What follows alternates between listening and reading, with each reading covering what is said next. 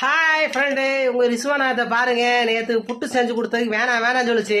இப்ப பாருங்க, யானை கும்பி படத்துல பாருங்க, மண்டையை கவுத்து திங்கி நக்கி நக்கி சாப்பிடு பாருங்க. உங்க ரிஸ்வானாத்தை பாருங்க. என்ன பண்ற? புட்டு கொலக்கட்டையும் நேற்று செஞ்ச மிச்சம் இருந்துச்சுல, அதை சாப்பிட்டுக்கிட்டு இருக்கேன். நேற்று நல்லா இல்ல, அது ஒரு மாதிரி பிடிக்காத மாதிரியே இருந்துச்சு.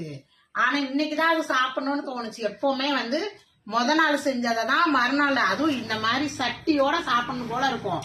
வடச்சட்டியில எல்லாம் சாப்பாடு போட்டு வலிச்சு பிச்சைக்காரங்க நக்குவாங்க அந்த மாதிரியா? 10 பருத்து பக்காவா இருக்கு.